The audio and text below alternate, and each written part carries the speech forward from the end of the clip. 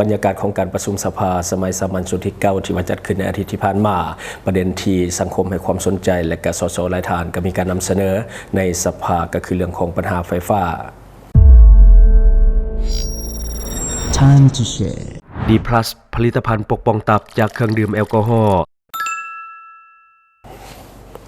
สวัสดีท่านผู้ชมกลับมาพบกับรายการ Time to Share สำหรับหัวข้อที่เราอยากจะนำเสนอในวันนี้ก็คือเกี่ยวข้องกับเรื่องของไฟฟ้าเพราะว่าประเด็นนี้ถือว่าถกเถียงกันหลายในที่สภามีการนำเสนอไปเพราะว่าประชาชนก็ให้ความสนใจและก็หลายคนก็ค่อนข้างที่จะได้รับผลกระทบหลังจากที่ว่ามีการปรับโครงสร้างเรื่องของราคาไฟฟ้านอกจากว่าในปัจจุบันอันดับหนึ่งปัญหาที่หลายคนอยากให้มีการแก้ไขอย่างรีบด่วนแน่นอนก็คือเรื่องของค่าครองชีพที่เพิ่มขึ้นตั้งแต่ช่วงโควิดจนมาถึงปัจจุบันก็ยังบ่มีท่าทีจะลดลงนอกก็คือมาปรับโครงสร้างราคาไฟฟ้ายังซ้ำเติมในเรื่องของการ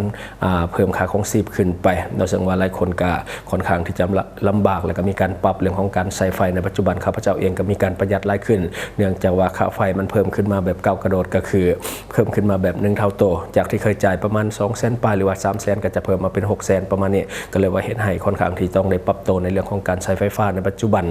คือการปรับโครงสร้างไฟฟ้าครั้งใหม่ยิ่งสร้างผลกระทบเต็มๆแล้วก็หับมือค่อนข้างที่จะยากหับมือบ่ค่อยทันเพราะว่ามันเพิ่มขึ้นในช่วงเดือน5บินของเดือน5นี่เพิ่มขึ้นบัดเดียวแบบก้าวกระโดดก็คือ1 เท่าโตเนาะยิ่งเบิ่งข้อมูลการปรับโครงสร้างของราคาไฟฟ้ายิ่งน่าตกใจแต่ว่าเขาเจ้าก็มีมติออกมาเรียบร้อยถูกต้องทุกอย่างแต่ว่าสำหรับประชาชนเฮาที่ว่าได้เห็นข้อมูลเรื่องของการปรับราคานี่ก็ค่อนข้างที่จะตกใจก็คือตั้งแต่ปี2025ตอนนี้ก็จนฮอดท้ายปี2026จะมีการปรับขึ้นทุกเดือนฟังบริพิษเนาะก็คือ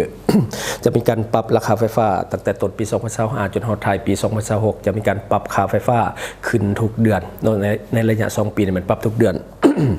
ซึ่งว่าอันนี้หลายคนฮู้แล้วก็ตกใจเนาะแต่ว่าเฮานี่พอฮู้ข้อมูลมาก่อนหน้านี้แล้วก็บ่ค่อยตกใจปานใดแต่ก็พยายามที่จะรับมือให้มันได้เนาะโชคดีอย่างหนึ่งคือได้เฮือนนี่ล่ะไฟมันบ่ค่อยพอกันเลยว่าค่าไฟมันก็บ่ได้สูงหลายเพราะว่ามันเปิดแอร์บ่ได้เนาะและบัดนี้ปี2027ครับปี2029จะมีการปรับขึ้นแบบรายปีก็คือปีนึงปรับเทื่อนึงปีนึงปรับเทื่อนึงเนาะแต่ว่า2025 2026นี่จะมีการปรับทุกเดือนอันนี้ก็จะโหดหน่อยนึงยิ่งเป็นการเพิ่มภาระค่าใช้จ่ายในครอบครัวหลายครอบครัวซึ่งว่าสังคมก็หลีกเลี่ยงบ่ได้เพราะว่าเราต้องใช้ไฟอยู่แล้วนอกซุมื้อนี้เราก็บ่มีทางเลือกอื่นดอกคันว่าบ่ใช้ไฟฟ้าจาก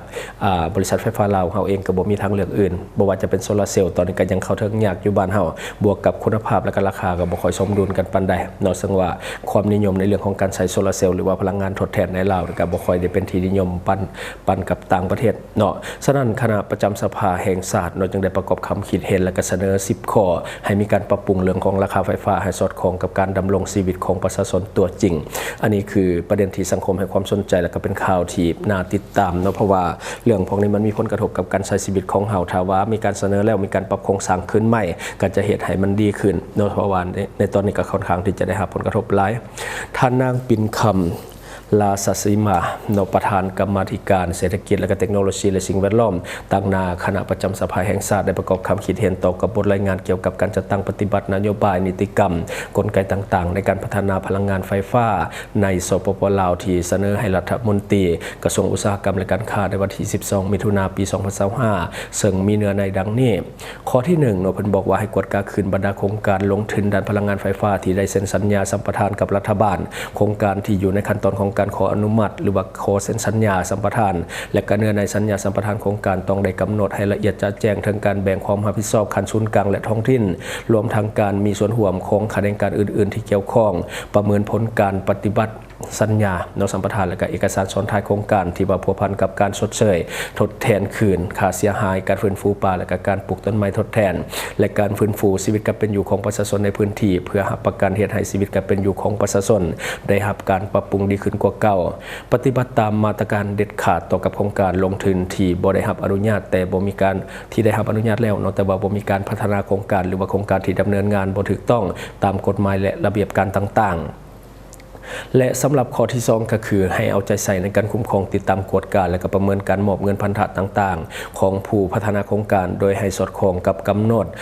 กฎหมายสัญญาสัมปทานและก็เอกสารซ้อนท้ายของโครงการลดผ่อนการเสนอข้อยกเว้นและก็ผ่อนผันการปฏิบัติบางเนื้อในบางมาตรการของกฎหมายที่พัวพันกับการปฏิบัติพันธะภาษีและก็อากรเพื่อเพิ่มรายรับเข้ากับงบประมาณของรัฐคนควาและก็มีการปรับปรุงและก็มีการกำหนดอัตราอากรกำไรจากโครงการพลังงาน อไฟก็คือกำไรจากโครงการไฟฟ้าพลังงานลมพลังงานแสงตะเวนและก็พลังงานไฟฟ้าชนิดอื่นๆให้แทนเหมาะ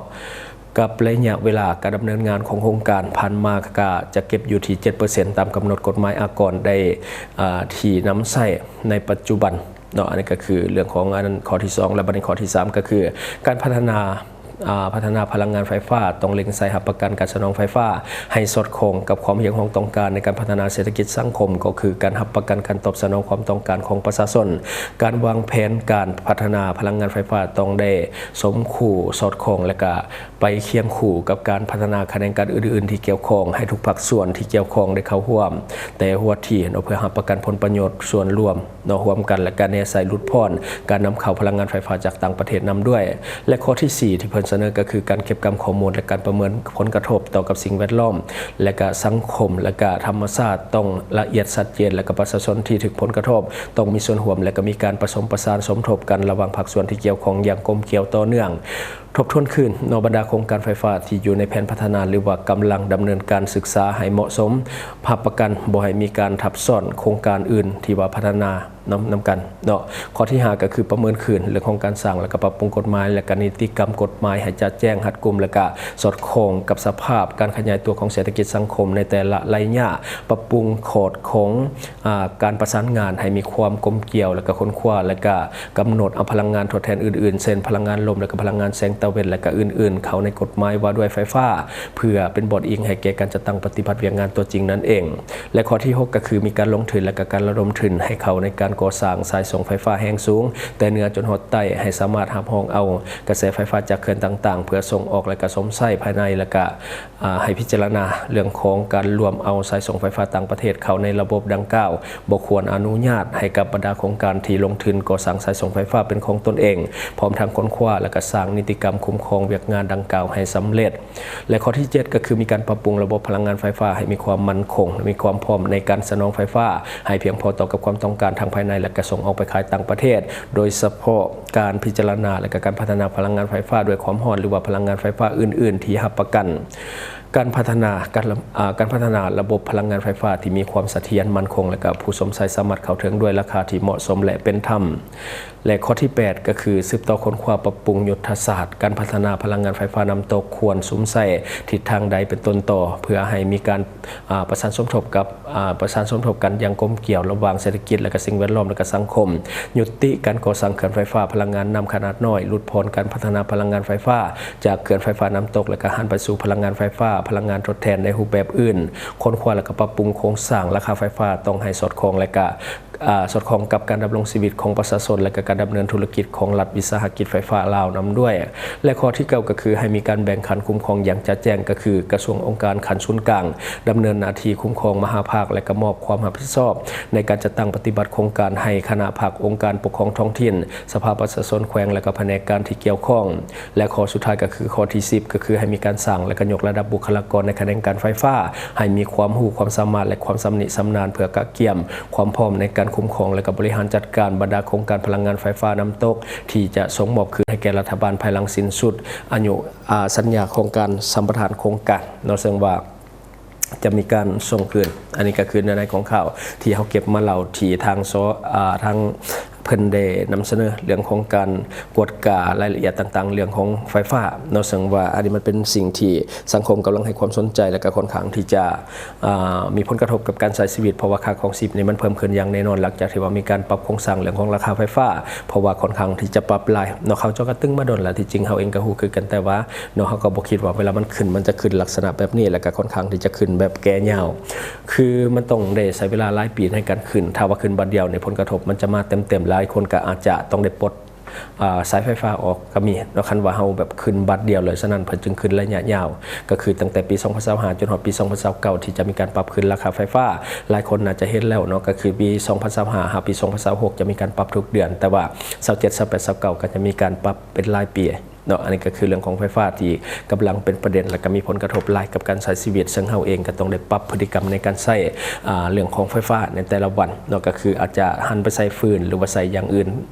ให้มันหลายขึ้นเนาะเพราะว่าคันว่าใช้ไฟฟ้าหลายก็จะเห็นให้ค่าไฟมันแพงยิ่งใช้หลายในแต่ละเดือนมันก็จะยิ่งคูณในเปอร์เซ็นต์ที่สูงขึ้นฉะนั้นเนาะลดพ้นเนาะหลีกเลี่ยงของการใช้ไฟฟ้าบ่ว่าจะเป็นหม้อกระทะหรือว่ารีดเครื่องหรืออย่างต่างๆถ้าตัวใดมันหลีกได้หรือว่าหยุดได้ก็หยุดเนาะเพื่อให้ค่าไฟฟ้ามันบ่สูงหลายอันนี้ก็คือสิ่งที่เฮาเก็บมาเล่าสู่ฟังในมื้อนี้หวังว่าท่านจะได้รับสาระดีๆสำหรับท่านที่ว่าเบิ่งรายการเฮาอยู่คิดเห็นจะได้กับสิ่งที่ว่านำเสนอไปก็อย่าลืมฝากไว้ภายใต้คอมเมนต์ของเฮาและข้าพเจ้าจะเข้าไปอ่านด้วยตนเอง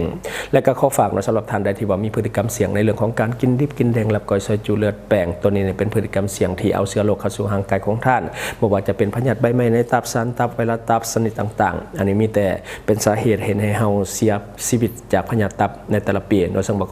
ข้อมูลจากกระทรวงสาธารณสุขนี่บอกว่าคนเราตายจากพยาธิตับนี่หลายที่สุดและก็ต่อมาก็คือพฤติกรรมเสี่ยงเรื่องของการกินเหล้ากินเบียร์ตัวนี้ลิ้นแอลกอฮอล์ทำลายเซลล์ตับสุดท้ายเป็นตับแข็งนอกจากนั้นอย่าลืมปกป้องตับของท่านด้วยผลิตภัณฑ์ดีพลัสของเฮาการปกป้องตับนี่เฮ็ดได้ง่ายและสามารถเฮ็ดได้เลยแล้วก็การปิ่นปัวตับนี่ส่วนใหญ่มักจะบ่ดีแล้วก็เสียชีวิตในที่สุดแล้วก็ขอฝากสำหรับท่านได้ที่ว่ามีแผนที่จะก่อสร้างเรือนซานบ้านซองอาคารพาณิชย์ทั่วไปนั่นอย่าลืมเอิ้นใส่บริษัทของพวกเฮาก็คือบริษัทเพชรสุขมิไซเจริญทรัพย์จำกัดผู้เดียวซึ่งว่าเฮารับเหมาก่อสร้างครบวงจรตั้งแต่การสำรวจออกแบบการก่อสร้างและก็การเป็นที่ปรึกษาโครงการเฮาก็รับทั้งหมดฉะนั้นอย่าลืมเอิ้นหาบริษัทของพวกเฮาบริษัทเพชรสุขมิไซเจริญทรัพย์จำกัดผู้เดียว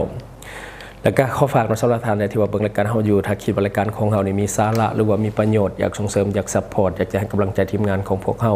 ก็อย่าลืมกดติดตามช่องเพราะว่าการกดติดตามช่องถือเป็น2ทางเดียวแท้ๆที่จะเฮ็ดให้ทีมงานของเฮามีรายได้และก็มีกำลังใจในการผลิตคอนเทนต์ดีๆแบบนี้ให้ท่านได้ชมเรื่อยๆอย่าลืมให้กำลังใจทีมงานของพวกเฮาโดยการกดติดตามช่องขอขอบใจอยู่เมืองลาวใช้แต่เงินกีบลาวและส่งเสริมผลิตภัณฑ์ภายในเพื่อลดผ่อนการนำเข้าสินค้าและแก้ปัญหาเงินตาบริษัทเพชรสุขมิไซเจริญทรัพย์จำกัดผู้เดียวบริการก่อสร้างครบวงจรหับสำรวจพื้นที่ก่อสร้างและให้คำปรึกษาโครงการหับออกแบบโครงการต่างๆทั้งแบบ 2D และ 3D การบริการคิดไล่และการประเมินโครงการก่อสร้างหับเป็นที่ปรึกษาโครงการก่อสร้างต่างๆสำหรับท่านใดที่สนใจอยากใช้บริการกับบริษัทเพชรสุขมิไซเจริญทรัพย์จำกัดผู้เดียวสามารถติดต่อที่เบอร์ 02055662255 หรือ 02077776451 หรือท่านจะเข้าไปเบิ่งผลงานที่ผ่านมาของบริษัทพวกเฮาได้ที่แฟนเพจบริษัท PSMC จำกัด Subscribe for more video.